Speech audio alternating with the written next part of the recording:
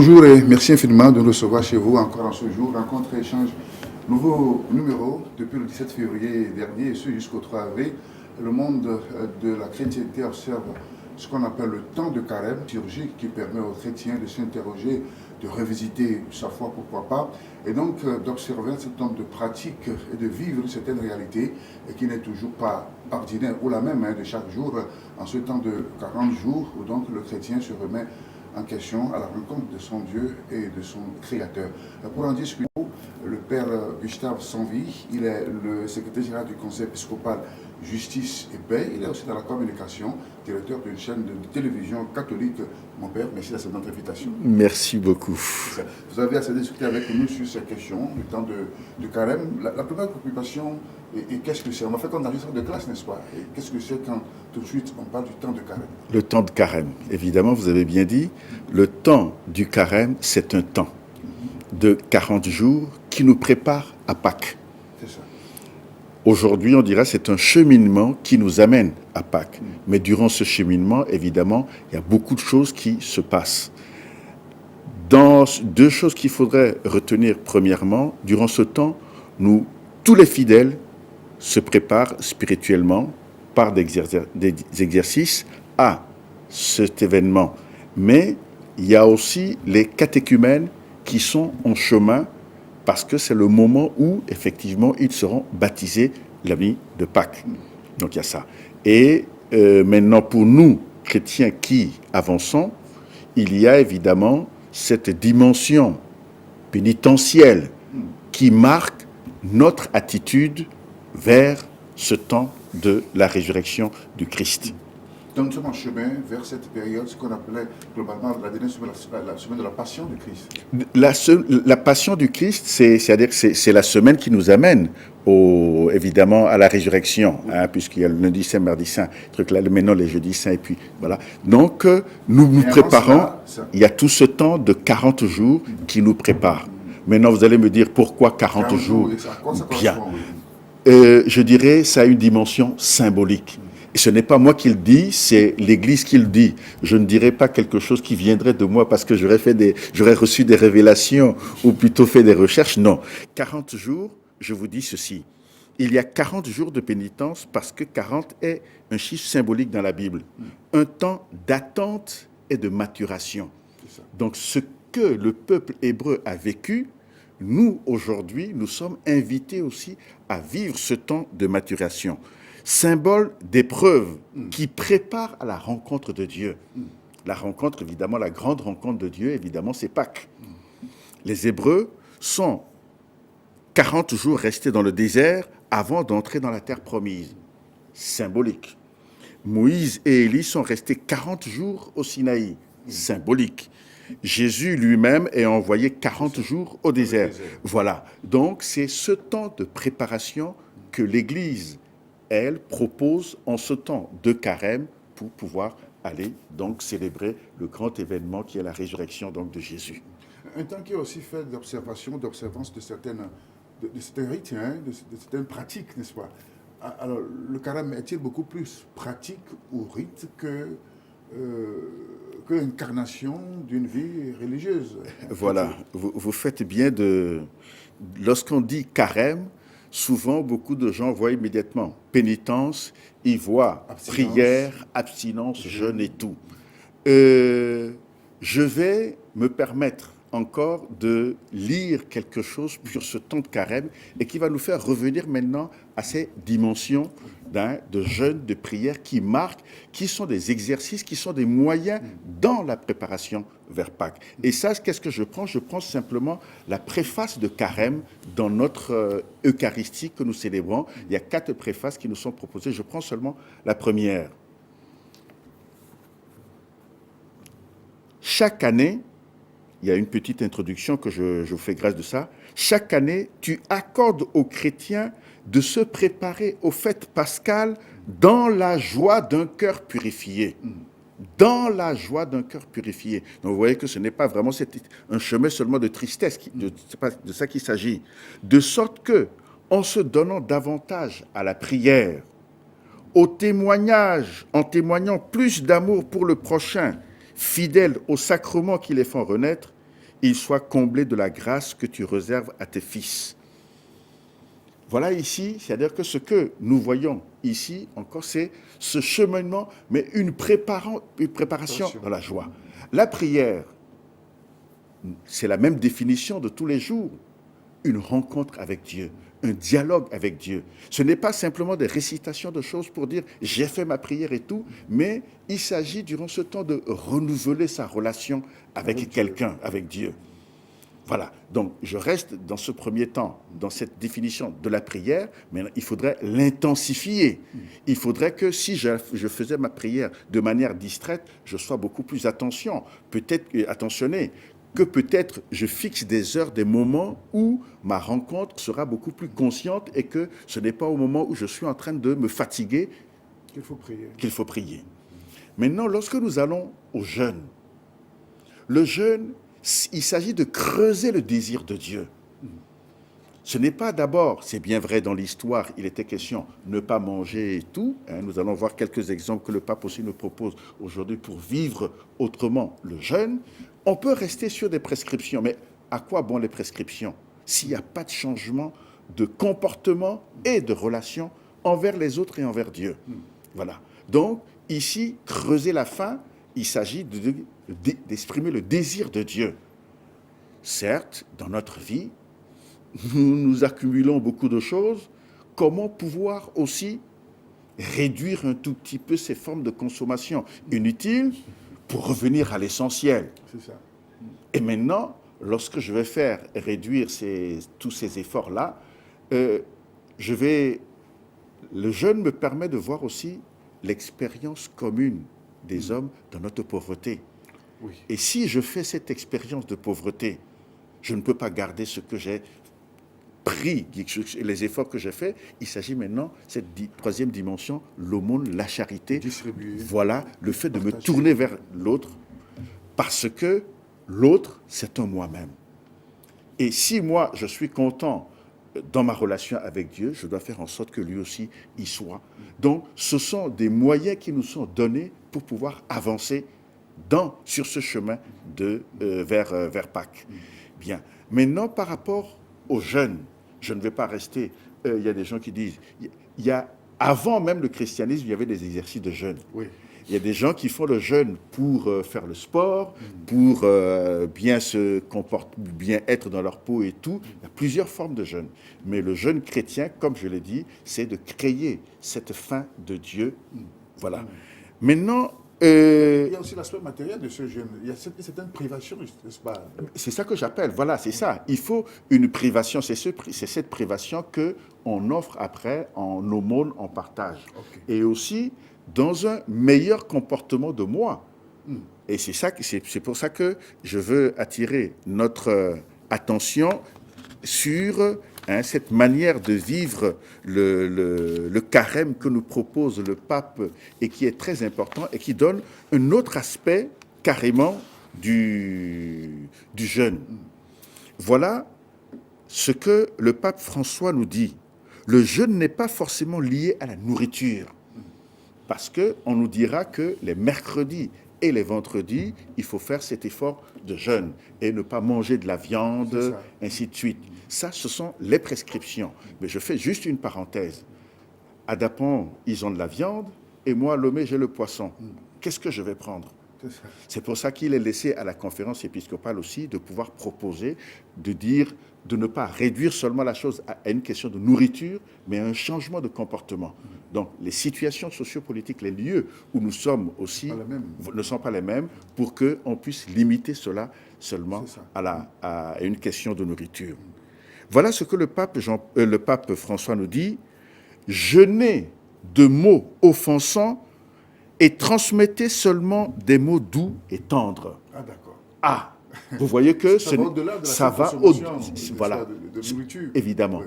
Parce qu'il s'agit de me sanctifier et de faire en sorte que les autres aussi soient à l'aise autour de moi. Jeûnez d'insatisfaction et d'ingratitude et remplissez-vous de gratitude. C'est concret. Ce sont des actes qui amènent à un changement de comportement. Et le temps de carême, ce que je n'ai pas dit et que j'aurais dû dire au départ, c'est un temps de conversion. Et ce temps de conversion, c'est un retour vers le Seigneur dans ce qu'il nous propose pour notre sanctification. Jeûnez de colère et remplissez-vous de douceur et de patience. Donc tout ce qui est comme vice et mauvais comportement, il faut donc en faire... Il faudrait les éliminer, réduire dans notre vie possible. C'est ça. Voilà. C'est aussi une forme de jeûne. C'est une forme de jeûne. C'est la meilleure forme de jeûne d'ailleurs. C'est la meilleure. N'est-ce pas? Tout simplement de nourriture. Hein. Je veux faire des économies peut-être pour aller quelque part. Bon, je vais dire que je suis en train de... Voilà. C'est cela. Oui. Donc, jeûnez de pessimisme et soyez optimistes. C'est-à-dire que mon souhait, c'est qu'en rendant actuelles et personnelles ces propositions du pape, on voit vraiment qu'il y a une transformation individuelle. Mais la transformation individuelle ne peut que déteindre sur la société et les rapports humains. C'est ça qu'il faut voir. Donc, le souci est jeûnez de soucis et ayez confiance en Dieu, bien évidemment. Jeûnez de lamentation et prenez plaisir aux choses simples de la vie. Jeûnez de stress et remplissez-vous de prières. Jeûnez de tristesse et d'amertume et remplissez-vous le cœur de joie. Quelqu'un qui se réveille le matin en ayant vraiment une mine grise, toute la journée sera grise. Mais lorsque tu te réveilles avec beaucoup de tonus et de joie, je crois que même lorsque les événements, les contradictions, les contrariétés viendront, nous allons savoir comment faire. Voilà. Donc, ce que nous devons voir à travers le jeûne, ce n'est pas seulement une privation de nourriture, mais c'est un comportement qui doit changer à l'égard de Dieu, dans l'écoute de ce qu'il me dit et dans le rapport avec le frère et ma sœur. Oui, mon père, il y a comme une certaine actualisation, une certaine actualisation de ces rites qui sont aussi vieux que l'Église, dans ces pratiques, dans ce temps d'observation de carême. Alors ça veut dire que les pratiques sont autre chose et vivre ces pratiques aussi en est une autre chose? Non, les pratiques sont des moyens. Ce n'est pas une fin en soi. C'est ça. Ce n'est pas une fin en soi. C'est des exercices proposés à chacun pour pouvoir avancer. Donc, ce n'est pas une question aussi simplement d'obligation. Oui. L'obligation, s'il y a obligation, c'est la conversion. C'est pour les adultes, avant d'arriver à Pâques, la confession. Parce que ça montre évidemment encore ce retournement qu'il doit y avoir et cette nouvelle attitude. Mais au niveau, je dois faire ceci, je dois faire ceci, je dois faire ceci, ce n'est pas simplement le je dois faire, c'est la compréhension. Pourquoi je le fais? C'est ça. Pourquoi je le fais? Donc, il n'est pas question d'abandonner des pratiques, mais donner un sens profond, un sens spirituel, un sens humain à ces pratiques pour que ça permette une vie beaucoup plus agréable les uns envers les autres. Il me semble qu'il faut alors beaucoup de pédagogie pour faire comprendre cela, parce que dans l'opinion publique populaire, eh bien, le jeûne, à l'état du carême, est fait de jeûne, d'abstinence, d'aumône, de privation. Oui, et c'est pour ça que durant le temps de carême, malheureusement, avec la maladie du Covid, beaucoup de rencontres il y a des retraites, il y a des accompagnements qui sont proposés aux fidèles pour pouvoir rentrer évidemment dans le véritable sens et ne pas rester simplement sur des questions de pratique. Voilà. Donc, beaucoup de thèmes sont proposés, beaucoup de réflexions sont proposées pour aider le chrétien à rentrer vraiment dans cet esprit de cheminement vers Pâques. Donc, voilà un autre vocabulaire que j'ai utilisé, que j'emprunte aussi au pape. C'est un itinéraire, un chemin que nous sommes en train de faire. Si je peux le faire, ok, tant mieux. Si mes forces ne me permettent pas de le faire, parce qu'on me dira, qui peut faire le carême? Bien sûr. Je dirais, tout le monde peut faire le carême, puisque même dans les petites écoles, malheureusement, je ne sais pas si nous le faisons ici, dans les écoles en France, on essaie d'aider les enfants à dire, mets ceci de côté, fais ceci de côté pour pouvoir le partager. Donc, on initie déjà cet enfant au carême. Maintenant, quelqu'un qui est malade, je ne vais pas lui demander de faire un jeûne, parce que sa condition ne permet pas du tout de faire cela. Quelqu'un qui a 60 ans, l'Église souhaite que, attention, que sa vie, que sa santé et que sa vie soient préservées. S'il ne peut pas faire de carême, ce n'est pas ça. Le carême n'est qu'un moyen pour la sanctification, Voilà. Donc tout le monde, en fait, peut vivre ce carême. L'essentiel, quel est l'amour de Dieu que je veux découvrir? Comment est-ce que je veux le découvrir? Comment je veux avoir une vie meilleure? Et aussi avec mes frères et sœurs, c'est de ça qu'il s'agit véritablement dans le carême, plutôt que de rester sur, évidemment, cette dimension pénitentielle, cette dimension... Dans le temps de carême, évidemment, c'est vrai que nous faisons ce que les évêques nous ont invités à lire davantage, à dire davantage le chapelet. Le chapelet me ramène à la vie de Jésus. Le chemin de croix, c'est bien vrai que ça fait souffrir lorsque je dois me mettre à genoux et tout, mais tout ça, ça me fait voir ce que le Christ lui-même a vécu, cette solidarité avec les hommes aujourd'hui, avec ceux qui sont en train de vivre comme souffrance inutile, créée par les uns et les autres envers des prochains, il faut que ça puisse changer. Donc c'est pour ça que ces exercices, toujours, ce sont des chemins qui nous amènent à la solidarité et à une conversion de comportement. C'est ça. C'est ça qui est important. Et ce n'est pas forcément et toujours en temps de carême qu'on peut observer ce genre de choses, n'est-ce pas? Non, voilà, vous faites bien de poser la question ainsi, parce que l'Église a des temps. Donc on dit c'est un temps fort, mais cette réalité de carême, rien ne m'empêche de le vivre en dehors du temps de carême, qui peut être le temps ordinaire. Parce que, évidemment, et même ce qui m'est demandé ici, rien ne m'interdit de vivre cela pendant le temps de l'Avent. C'est ça. Mais liturgiquement, communautairement, pour aller vers quelque chose, l'Église avait souhaité d'abord donc le temps de l'Avent, après le temps de la Nativité, et maintenant il y a eu un temps ordinaire, et puis il y a maintenant le temps de carême. Donc ce sont des temps forts où des exercices nous sont proposés pour montrer communautairement cette marche vers le Seigneur. Donc, ce sont des exercices de tous les jours. Ce sont des événements de tous les jours que nous avons à mettre sous le regard de Dieu pour vivre autrement. Rencontre et chant, nouveau numéro, nous parlons du temps de carême. Le père Gustave Sanvi, mon invité, c'est avec lui que nous réfléchissons sur comment observer et vivre ce temps de carême, justement en marche vers Pâques, comme il nous l'expliquait. Alors, mon père, c'est une fête qui appartient au monde de la chrétienté, n'est-ce pas, à toute la communauté chrétienne, et à toute la... les catholiques seuls. Pas du tout, non. Oui. Il y a les protestants aussi. Il y a des spécificités catholiques dans la gestion, dans l'observation de ce temps de carême? Catholique? Non, je crois quand même que en fait, toute cette préparation à Pâques a commencé avant les divisions. Donc, s'il y a eu cet héritage commun, je crois, lorsque nous sommes entrés dans le temps de carême, nos frères protestants ici aussi, et protestants méthodistes comme évangéliques, sont rentrés aussi dans un temps de carême, et nous allons célébrer la Pâque chrétienne ensemble. Évidemment, ce n'est pas la même chose chez les orthodoxes qui ont un décalage. Je n'ai pas toutes les précisions à donner, mais il y a un décalage. Mais tout ça, c'est toujours vers une préparation vers Pâques. Donc, je ne dirais pas que c'est peut-être les exercices qui ne seront pas les mêmes chez les protestants, puisque eux, ils ne récitent pas publiquement le chapelet, ils ne font pas le chemin de croix, mais sans doute qu'il y a d'autres exercices qui sont proposés à ces fidèles-là. Un élément important pour nous aussi, c'est évidemment cette confession qui doit nous amener à Pâques.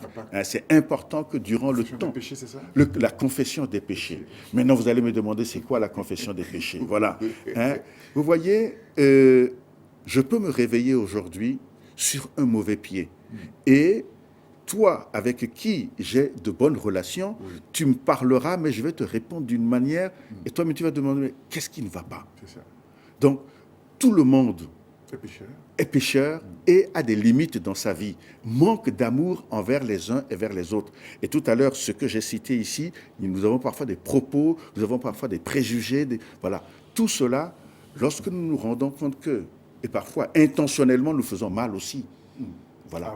Lorsque nous nous rendons compte de cela, il y a un temps de recul, de révision de vie pour dire, cette vie-là ne plaît pas à Dieu.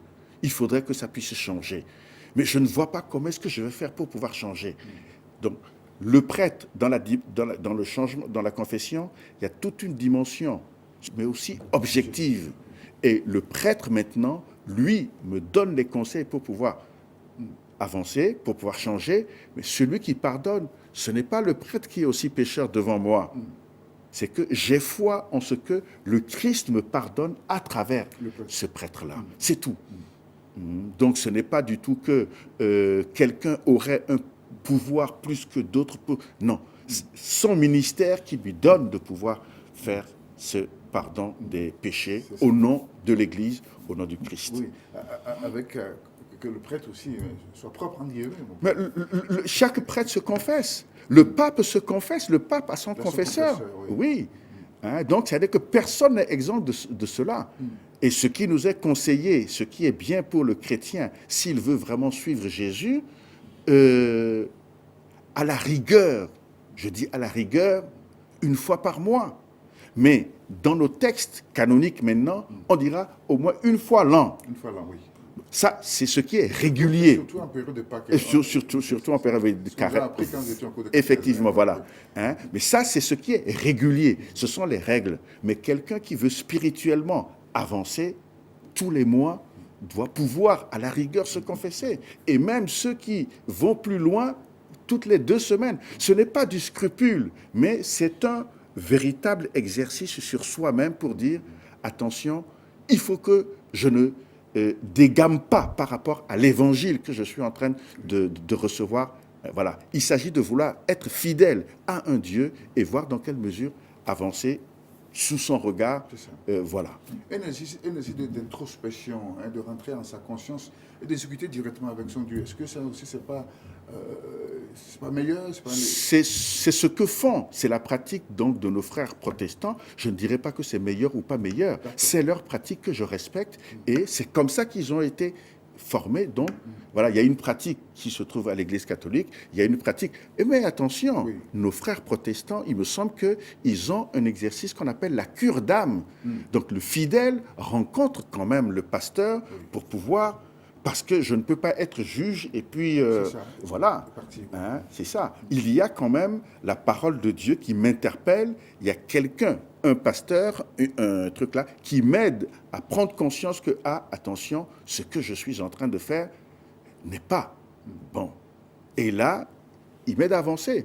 Vous le savez bien que moi, l'apartheid, les gens se sont basés sur la Bible aussi pour le faire. Mais quelqu'un qui est vrai serviteur de Dieu doit savoir que je ne peux jamais me baser sur la parole de Dieu pour justifier une discrimination. Voyez, donc, si je le croyais, ou ma culture, ou mes intérêts me portaient à cela, le pasteur dira, attention, mon ami, ce que tu es en train de faire ne correspond pas à l'évangile ou à ta marche à la suite de Jésus. Ce qui suppose une bonne formation de ces hommes d'église qui sont au devant du peuple de Dieu sur terre. Bien sûr, bien sûr. Hein, il faut une formation. Bon, nous avons la chance au niveau de l'Église catholique, il y a toute une formation. Au niveau des protestants aussi, il y a une formation, il y a des écoles de formation. Formation académique et universitaire. À Porto Novo, ils ont un centre, une étude sérieuse de théologie.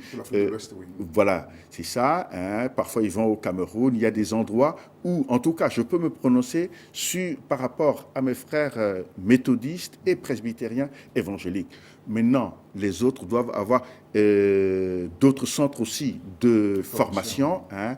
Estao, voilà. Voilà. Et puis, je crois, vers Oando, à Tokoin aussi, il y a une école où il y a un centre là-bas. Voilà. Mais c'est vrai qu'il y a beaucoup de groupuscules aujourd'hui qui, sans véritablement approfondir la parole de Dieu, se mettent à parler. Bon, on dira que la liberté religieuse, je respecte cela pour l'instant, même si je ne le partage pas. C'est cela. Alors, un clin d'œil au jeûne du Ramadan, c'est pas la même chose du tout, bien.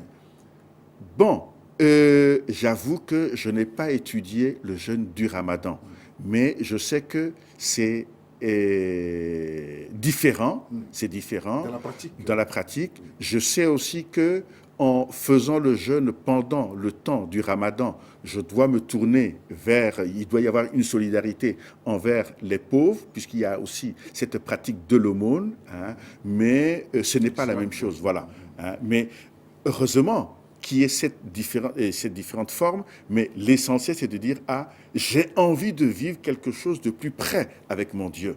Le musulman le fait sous sa forme, le chrétien le fait sous sa forme, quelqu'un qui n'est même pas chrétien peut le faire aussi sous sa forme. L'essentiel, c'est de dire Dieu doit être présent dans ma vie et guider ma vie. Merci mon père. Rencontre sur un nouveau numéro. Nous parlons de jeûne d'un temps de carême. Nous parlons de ce temps de carême. Alors, autre préoccupation, mon père, quand vous observez vos joies aujourd'hui, hein, le fidèle chrétien de par le monde ou bien dans notre société, avez-vous l'impression qu'il y a plus d'observation de ce temps de carême par rapport à hier? Ou bien est-ce qu'il y a le ciel et la matière? Est-ce que vous avez toujours cette emprise, hein, sur vos fidèles pour les canaliser justement ce temps de carême dans cette marche, hein, vers la rencontre de Dieu? Qui suis-je pour pouvoir moi aussi apprécier et puis juger de la pratique des gens d'aujourd'hui ou d'hier? Je vais simplement dire ceci, que pour que, avant et aujourd'hui, ils puissent avancer, hein, l'Église a proposé des choses concrètes et que les gens du passé aussi, comme les gens d'aujourd'hui, essayent de vivre. C'est ce que nous appelons les œuvres de miséricorde. Nous avons 7 œuvres de miséricorde: nourrir les affamés. Ça, c'est un devoir pour le chrétien pendant donner à boire aux assoiffés. Vous voyez que si je suis chrétien au ministère des eaux, je réduis ça comme ça, ma responsabilité en tant que chrétien, c'est de faire en sorte que tout le monde puisse avoir, et ça doit être ma préoccupation. Ça doit être, en tant que chrétien, si je suis là-bas, bien sûr, voilà. Hein, parce que voilà, ma charge normale doit faire en sorte que ma charge normale, qui est de m'occuper de l'eau dans le pays, ma foi qui me dit, attention, fais mieux. Fais en sorte que tout le monde puisse avoir de l'eau. Je dirais la même chose au niveau de l'électricité, mais l'électricité ne fait pas partie donc des œuvres de miséricorde, hein, donner à soif. Vêtir ceux qui sont nus. Au lieu d'avoir plusieurs costumes et tu ne sais même pas quand est-ce que tu les porteras et tu les as achetés à grand prix, peut-être que quelqu'un en a besoin. Voilà. Et souvent, durant le temps de carême, beaucoup de chrétiens essaient de ramasser ce qu'ils ne portent plus pour les amener. C'est déjà bien, mais parfois aussi, ils peuvent prendre de ce qui est beau parce que celui qui est pauvre a aussi besoin d'être dans une belle tenue. Accueillir les sans-abri. Et ça, nous sommes très interpellés parce qu'il nous faut voir seulement dans les carrefours de Décan, dans les carrefours de trucs là, où aujourd'hui, beaucoup d'enfants sont sans abri et sont laissés pour compte. Comment est-ce que notre attention va vers ces personnes-là? Voilà le temps de carême, à quoi est-ce que ça nous amène?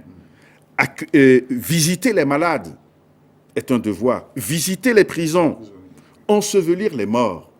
Tout ça, ça fait partie donc des œuvres corporelles de miséricorde. Maintenant, les œuvres spirituelles de miséricorde, convertir les pécheurs. Ça, ce n'est pas facile. Parce que lorsque tu as pris un mauvais pli, et lorsque je viens te dire, ne cours pas après la femme de l'autre, laisse la petite fille aller à l'école. Ça, parfois, il y a des gens qui n'aiment pas l'entendre. Voilà, convertir le pécheur. Instruire les ignorants. Oh, combien d'ignorants sommes-nous et avons-nous dans notre pays?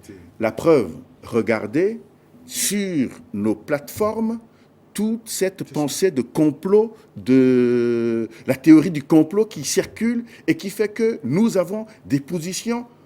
Ici, on nous demande d'instruire, de montrer aux gens leurs droits, de montrer aux gens leurs devoirs, de montrer aux gens, mon peuple meurt faute d'instruction.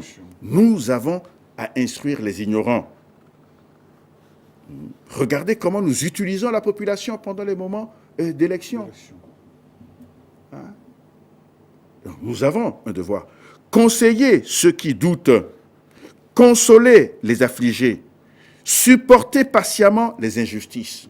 C'est vrai qu'il y a des situations où, Esther, il y a d'autres personnes, qui ont dû subir de ces injustices. On ne peut pas dire aux chrétiens que tout est rose immédiatement, à commencer par le Christ lui-même qui est mort injustement. Donc on invite aussi le chrétien à dire, il faut savoir à certains moments supporter l'injustice. Ce n'est pas que c'est, mais ça peut t'aider aussi à traverser des moments difficiles. Pardonner les injures, prier pour les vivants et les morts. Donc voilà des œuvres qui nous permettent, des œuvres de miséricorde, et des œuvres corporelles, des œuvres spirituelles, qui aident aussi bien les chrétiens, qui ont aidé les chrétiens du passé, comme les chrétiens d'aujourd'hui à pratiquer. Donc, je ne peux pas dire, parce que je ne suis pas en paroisse, je ne suis pas en paroisse, je ne suis pas en paroisse, mais voilà, je ne peux pas juger, parce que moi-même, je suis le premier pécheur du monde, donc je ne peux pas. Mais sans doute qu'on sent, il y a une volonté. Parfois, il y a des gens qui n'ont pas, ils ont la volonté, ils ont le désir, mais ils n'ont pas les moyens, ils ne prennent pas les moyens aussi pour avancer. Donc, il y a des formes de prière, il y a des formes d'accompagnement pour renforcer leur capacité pour pouvoir suivre Jésus. Et puis, ça me revient à l'idée, on aurait pu marquer cela parmi les œuvres de miséricorde aussi, l'ouverture, c'est-à-dire que s'ouvrir à d'autres religions, l'accueil de l'étranger, on aurait pu le donner.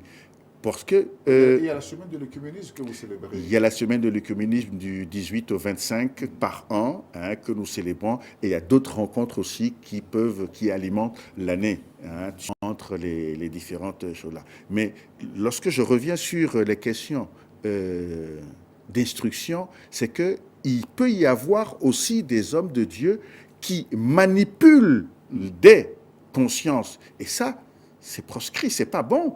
Et c'est des réalités dans notre société. Mais ce sont des réalités, pas seulement dans notre société ici, même au pays des Blancs, puisqu'il y a des lois parfois contre des sectes qui embrigadent des personnes. Ils sont fragiles mentalement et spirituellement. Et puis aujourd'hui, nous en avons beaucoup.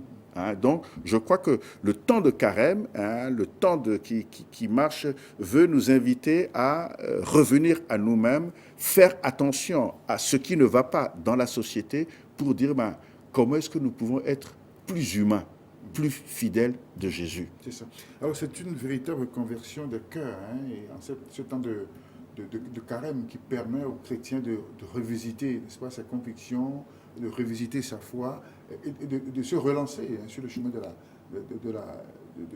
chrétienté. Voilà. Sans doute, et là, je vais me permettre encore une fois de revenir maintenant j'ai oublié de le dire, je devais le dire aussi, que chaque année, pour les catholiques, le pape donne un message de carême. C'est ça. Voilà. Et le message qui est une orientation. Qui est une orientation, voilà, qui est une très belle orientation qu'il nous donne en soulignant tant de chemin de carême vers la célébration vers Pâques, temps de conversion, fait de nous des frères et des sœurs dans le Christ. L'amour de Dieu que nous devons découvrir pendant ce temps fait de nous, est-ce que je reconnais vraiment que tu es mon frère et que tu es ma sœur? Itinéraire de carême placé sous la lumière de la résurrection. Donc, même si nous faisons des pénitences, ce n'est pas la culture de la souffrance, pas du tout. C'est parce que quelqu'un m'a aimé et lui, il a traversé la souffrance, que moi aussi, j'accepte de faire cette souffrance-là pour manifester plus de guérison à la fin.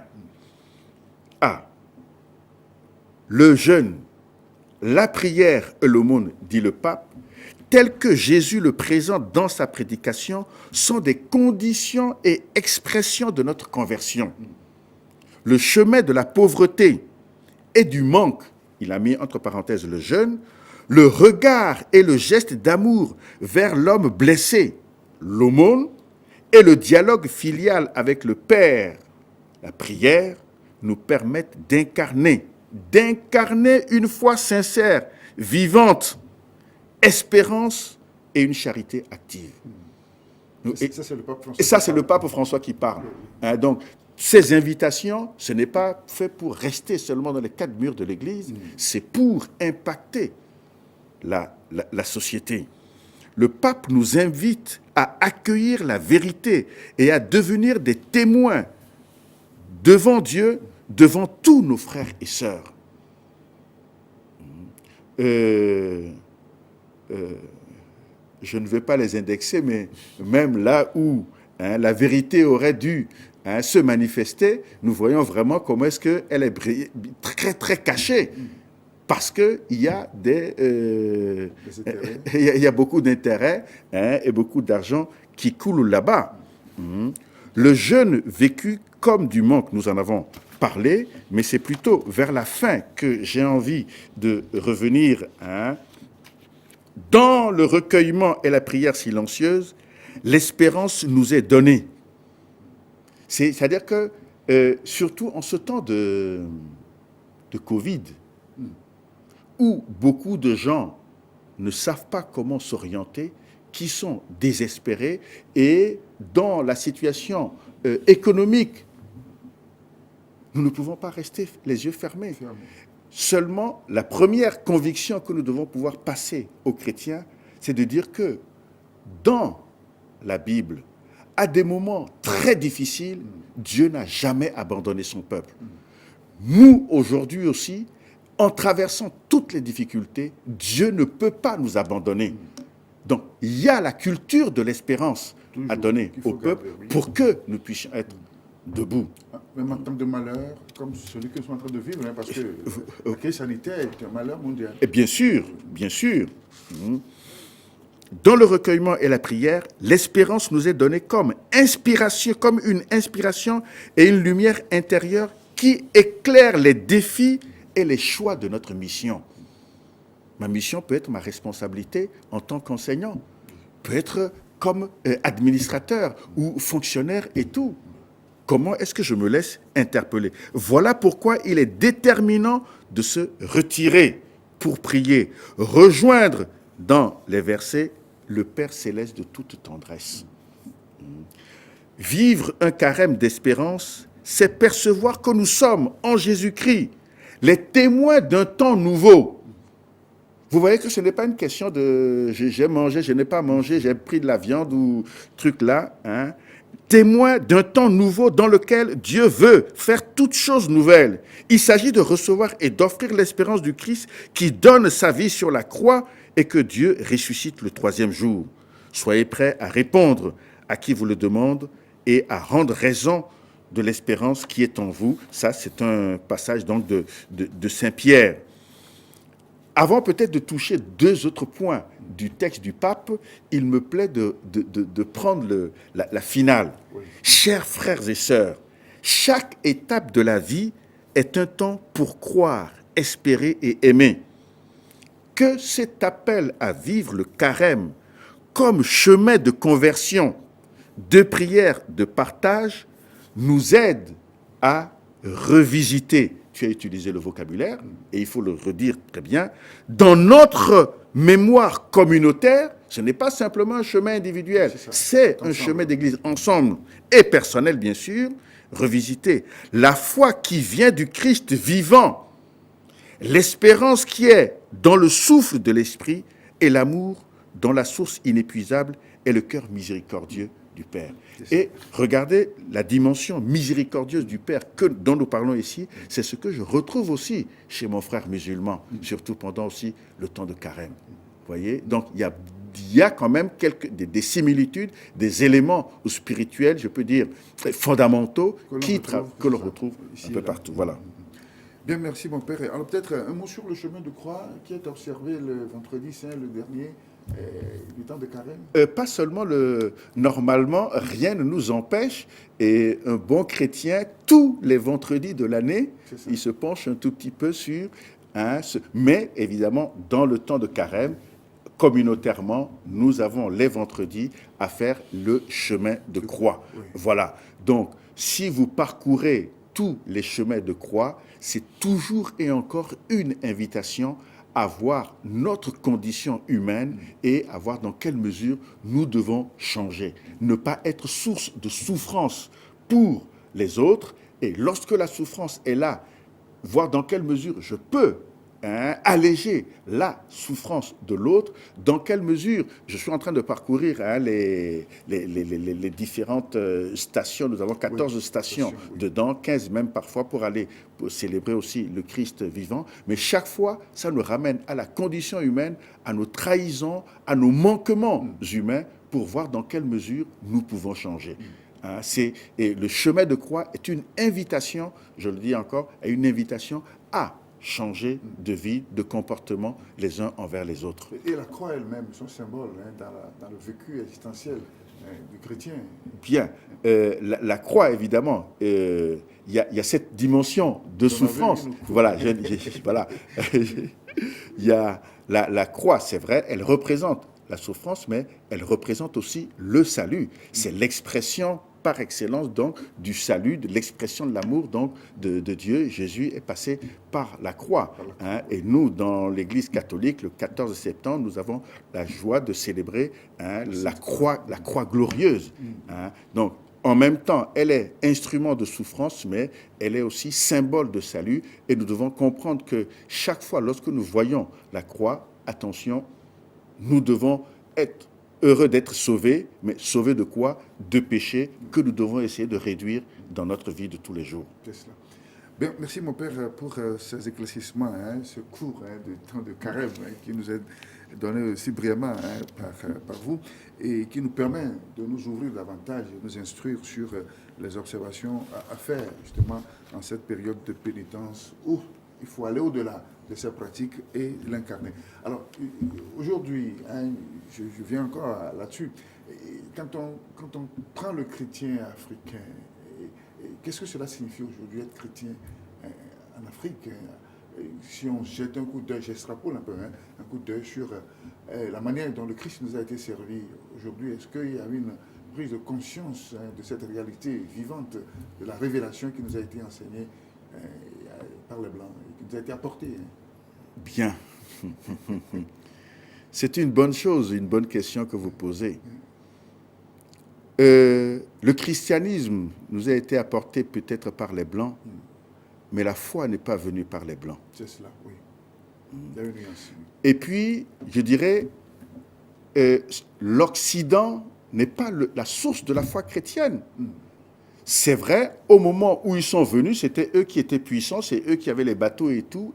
Ils sont arrivés, ils nous ont apporté en méprisant nos cultures parce qu'ils ne connaissaient pas cela. Mais aujourd'hui, nous, en tant que chrétiens, nous sommes invités à ce que le Concile Vatican II a demandé, et beaucoup d'autres, et l'Église demande, à faire un travail d'inculturation. Ce n'est pas parce que l'autre avait dit que ma culture n'est pas bonne que moi aussi je dois dire qu'effectivement elle n'est pas bonne. Je sais qu'elle est riche, je sais qu'elle contient beaucoup de valeurs qui peuvent m'aider et qui m'aident aujourd'hui à vivre. Ces valeurs ne sont pas contraires à ce que Dieu a déposé dans l'humanité. Seulement, en tant que chrétien, la révélation de Jésus, ce que moi-même je n'aurais pas pu acquérir par moi-même, Dieu me permet de découvrir cela. Voilà. C'est-à-dire que les religions révélées, ou le judaïsme et le christianisme, ce n'est pas que c'est nous-mêmes qui ordonnons, en tant que religion, ce qu'il faut comme pratique pour satisfaire la bonté d'une divinité, mais c'est Dieu qui se révèle à nous et nous dit comment nous pouvons vivre. Lorsque nous prenons dans ce que nous disons que les Blancs nous ont apporté et qui est 10 commandements, est-ce que les 10 commandements ne se trouvent pas dans ma culture déjà? Bien sûr. Donc, le Blanc ne m'a pas apporté quelque chose.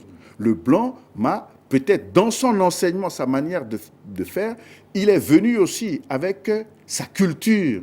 Moi, je dois pouvoir lui enlever sa culture et lui remettre sa culture, et moi-même porter ma culture, que ma culture porte le Christ.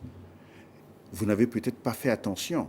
Le 1er décembre 2019, les journalistes ne s'intéressent pas souvent à ça, le pape François a célébré avec le rite zaïrois à Rome.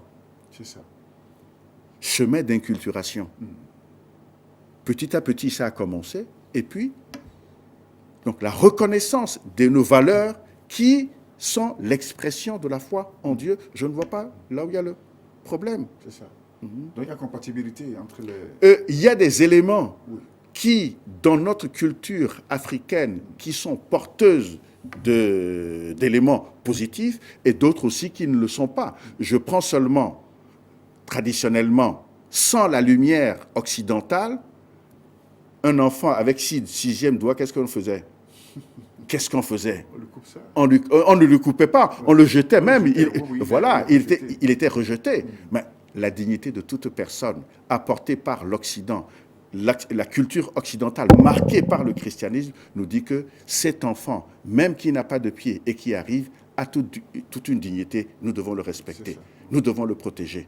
Donc, on ne peut pas dire que la lumière du christianisme la lumière du christianisme a non seulement éclairé les Gaulois, hein, je ne veux pas dire les Occidentaux seulement, ils ont éclairé des pratiques vraiment sorcelleresques et puis parfois inhumaines. La culture ou les valeurs chrétiennes ont modifié leur culture, que eux aussi, ils nous ont apporté parce que ça leur a fait du bien. Et maintenant, nous, en tant qu'Africains, nous devons voir dans quelle mesure nos valeurs peuvent aussi exprimer cet amour de Dieu, cette bonté de Dieu dans la personne du Christ Jésus, sauveur de l'humanité. C'est ça. Alors, on revient à notre thème, hein, peut-être pour clore ce débat, sur le temps de carême. Mon père, si vous avez des conseils, vous avez des messages à apporter au peuple de Dieu qui nous suit. Si j'ai un message à apporter au peuple de Dieu, je sais que beaucoup de chrétiens, même dans leur service, se mettent à lire la Bible. C'est une bonne chose. Je leur proposerai seulement, s'ils ont la possibilité, de voir le calendrier liturgique. Lorsqu'on dit calendrier liturgique, il y a des textes qui sont proposés chaque jour au quotidien. Et de lire ces textes, pas seulement au service, beaucoup plus à la maison, hein, et de les méditer, parce que ce sont de très beaux textes qui nourrissent, hein, quoi, je veux dire, ce n'est pas simple, qui nous montrent comment Dieu nous aime. Si je sais que Dieu m'aime d'un amour vraiment indéfectible et que je prends conscience que Dieu t'aime, je ne vois pas pourquoi est-ce que nous ne pouvons pas faire ce chemin ensemble. Hein? Il me plaît encore de reprendre ici, j'invite c'est-à-dire que les fidèles chrétiens, hein, j'ai envie juste, je ne sais pas là où est-ce que j'ai marqué. Le début du temps de carême, c'était où ça? Voilà, j'ai trouvé ce que je voulais. Oui. C'était le prophète Joël. Hein, je prends juste une partie. Là. Maintenant, oracle du Seigneur, c'est dans Joël 2, 12 à 18. Revenez à moi de tout votre cœur. C'est Dieu qui parle. Il voit que l'homme se désoriente en suivant son propre chemin. Mais l'amour qu'il a pour nous, il ne veut pas que l'on soit perdu. Revenez à moi de tout votre cœur, dans le jeûne, les larmes et les deuils. Déchirez vos cœurs et non pas vos vêtements. Revenez au Seigneur votre Dieu, car il est tendre et miséricordieux. Quelle est l'image de Dieu que j'ai? Est-ce que dans ma culture africaine, je repars encore au sujet que tu as voulu que l'on laisse tomber, est-ce que j'ai un regard, je pense que Dieu est miséricordieux? Il y a tout un travail à faire là-bas.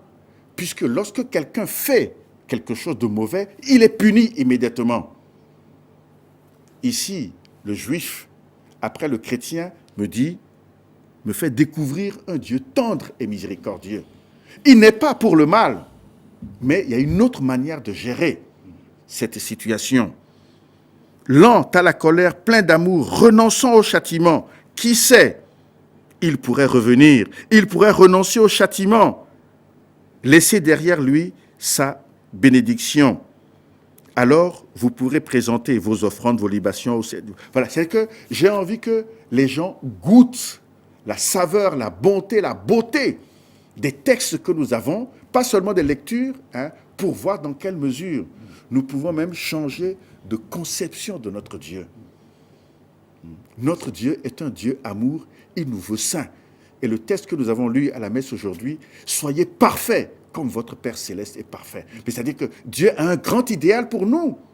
Et nous allons nous mettre à faire des bêtises comme ça. Je crois que si nous prenons le temps de voir vraiment ce à quoi Dieu nous appelle et que nous voulons vraiment réaliser notre vocation, élever notre humanité. C'est ça. C'est cette élévation qu'il nous faut, donc en ce temps de carême, pour corriger les tares et les maux de notre société. Merci à Père Gustave Sanvi d'être venu ici nous éclaircir sur ce temps de carême. Et j'espère que le message est passé.